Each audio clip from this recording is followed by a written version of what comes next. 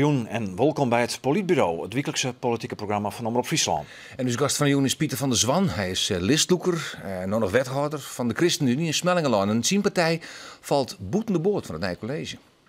Ze wienen in maart goed waar haast een tredde van de stemmen in Smellingelaan, de christelijke partijen. Maar ze komen net in het nieuwe college. Hadden kiezers de partijen aanrekenen op haar standpunt over de keepsnijn. Pieter van der Zwan, welkom in het Politbureau. Ja, de vraag die het steld wordt. Ben je hem aanrekenen op die keepsnijn door de kiezer? Nou, mijn analyse is juist van niet. Ik denk dat wij met een derde van de kiezers, als het gaat over de christelijke partijen... Haast, hè? Haast, maar goed, wel een aanzienlijk deel van de kiezers representeren. En dan heet het de ChristenUnie, het CDA en ik nog de SGP, De SGP die de raad niet gehaald heeft inderdaad, maar bij elkaar is dat toch een aanzienlijk deel van de kiezers. Dan moet het als een donderslag bij heldere hemelkamer binnenwijzen dat je hem dus net in dat nieuwe college komt. Nou, dat klopt. Het is voor ons inderdaad echt een verrassing is niet het goede woord, maar het is wel iets waarvan we echt verbaasd hebben gestaan van dat dit mogelijk is op deze manier zo buitenspel komen te staan, zonder eigenlijk echt een goede reden gehoord hebben. En dat is misschien nog wel het meeste wat we ook wel lastig vinden in onze eigen duiding.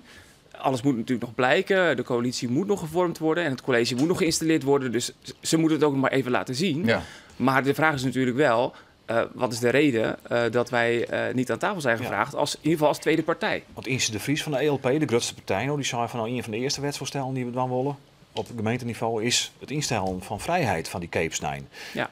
Die partijen die er nou aan de macht komen, je hem wel aanrekenen op je standpunt daarover?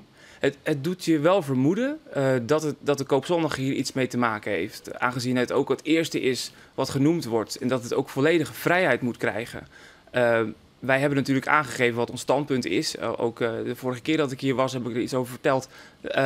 De 24-uurseconomie waar wij ons zorgen over maken. Nou, en dan zie je dat hij eigenlijk daarin nu aangeeft, we willen daarin vrijbaan, geen enkele manier het gesprek aangaan. Maar dat is wat de meerderheid van de inwoners van Smellingelaan, in elk geval van Drachten wil. Dat hebben we die enquête toen ik mij kregen. 80% van de mensen is voor een keepsnijn. Hoe vaak dan ik, maar in elk geval die winkels wat vaker hier hem kennen op snijn. Ziet je op politieke antenne naar hoe goed? Nou, het lastige is, vind ik, dat eigenlijk het niet zou moeten gaan over één onderwerp. Wij hebben in de gemeente... Maar het gaat heel vaak over hele concrete zaken. Ja, en dat is in Krekwerk, lokale politici. Maar als gemeente geef je wel 200 miljoen per jaar uit aan allerlei zaken. Zoals goede zorg. Het sociaal domein is voor ons echt nu een zorg.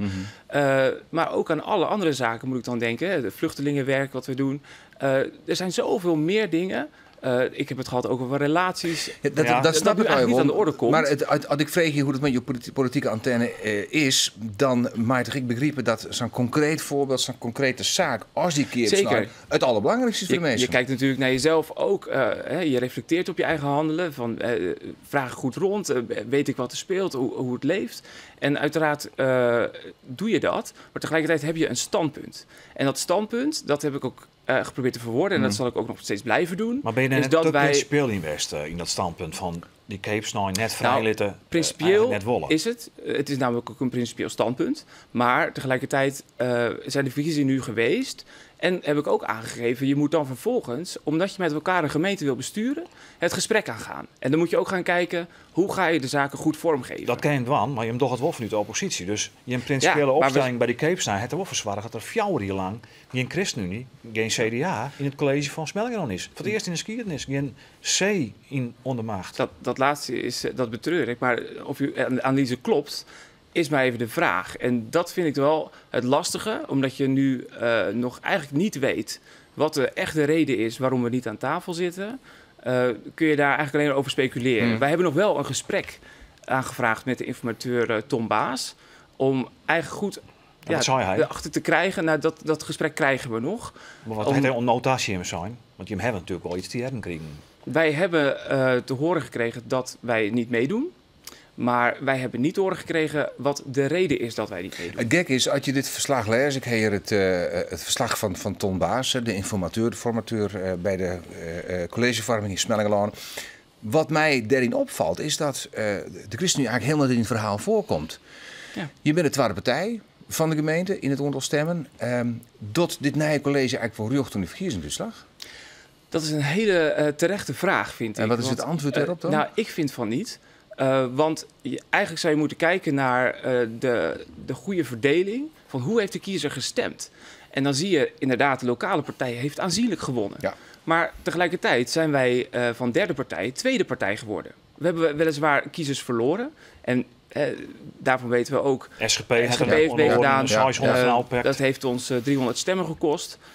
Maar tegelijkertijd zie je wel dat wij de tweede partij van Spanningerland zijn geworden. En dan zou ik het wel recht doen aan de verkiezingsuitslag op zijn minst aan tafel gevraagd te worden. Maar wat Erik zei, dit boekwerkje werd dan de verslagen nota instaan. Je hebt ELP, PvdA, VVD. Die gaan nog lever met GroenLinks en FNP verder. Als een combinatie. Dat was hun eerste kar. Daarna kwam CDA. En ChristenUnie is helemaal voort. Ja. Wil je hem nou in het college zitten? Ja. Altijd geerwerken, hè? Maar het lastige vind ik ook wel een beetje... En eigenlijk zit je hier met de handen omheen van ik weet net hoe het ken. Nou, het lastige van de methodiek is dat eigenlijk meer of meer een Excel-sheetje is bijgehouden van wie heeft wie genoemd in de gesprekken. En eigenlijk zou het veel meer moeten zijn kijken naar de programmatische verschillen of overeenkomsten. Maar is net een programmatische verschil in die en dan, die verkenningen? Nou, wij hebben onze punt aangedragen. Ze willen iepen naar bestuurscultuur. Ja, transparantie. In de tijd van Jim is weer net iepen genoeg. Dat lawaai, misschien komt er allemaal hoekjes aan, die discussie toen. Precies, dat was het grote kritiekpunt van openheid ten top. Moest komen.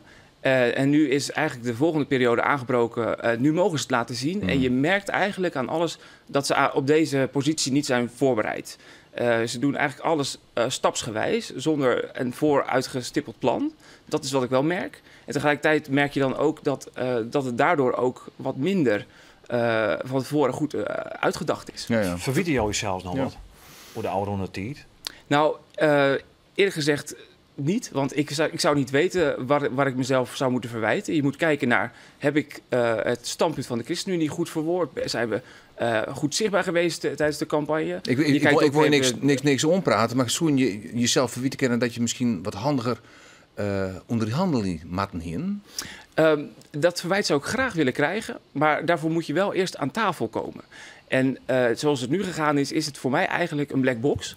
En dan kun je jezelf ook moeilijk wat verwijten, omdat eigenlijk we niet weten hoe er tot deze keuze is gekomen op inhoud. We hebben wel iets gelezen in het verslag van de informateur over hoe hij tot zijn keuze is gekomen. En dan vertelt hij eerst de ELP, vervolgens de VVD eraan vast. Wat ik een wonderlijke combinatie vind. Maar ELP komt uit de VVD wel natuurlijk. Jong had er ook wel benauwd verwezen dat het wat terug te komen. Nou, en tegelijkertijd sociaal domein natuurlijk. Om die reden, want wij vrezen daarom ook wel, maken ons zorgen om dat sociaal domein. Juist ook over de jeugdzorg, waar veel in omgaat, ook als het gaat om financiën. Maar ook de relaties die onder druk staan. En daarmee maakte ik ook de koppeling, en maak ik hem nog steeds, met deze economie, de 24-uurs-economie, waarin we ook veel meer ruimte moeten gaan creëren voor juist de meanskip. Want die draagt uiteindelijk je economie. Is eigenlijk de conclusie op basis van wat er nou op tafel ligt te lezen in drachten, dat er een gure winterstemming al aan waait, Hazes?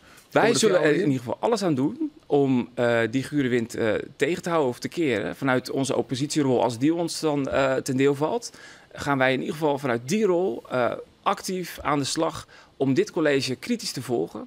Onze partij is geen zure partij. Wij zijn een constructieve partij. Wij kijken altijd naar waar de mogelijkheden zijn en hoe we op onze manier ons geluid kunnen blijven laten horen. En dat zullen we blijven doen. Ja. We zullen zien hoe dat gaat.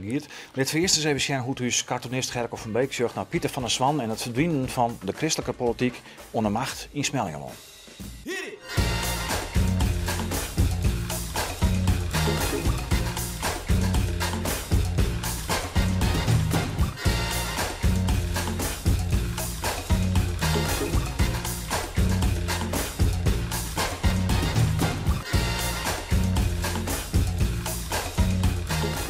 Ja, ik kan in ieder geval op snel een bibelkeek uit Gerco van Beek. Altijd blijven relativeren, zullen we zeggen. Ja. Pieter van der Swan, tegen dank voor je komst naar het politbureau. Ja, en zelfs wil we jou ik als oppositieleider dat je je beschikbaar houden voor u.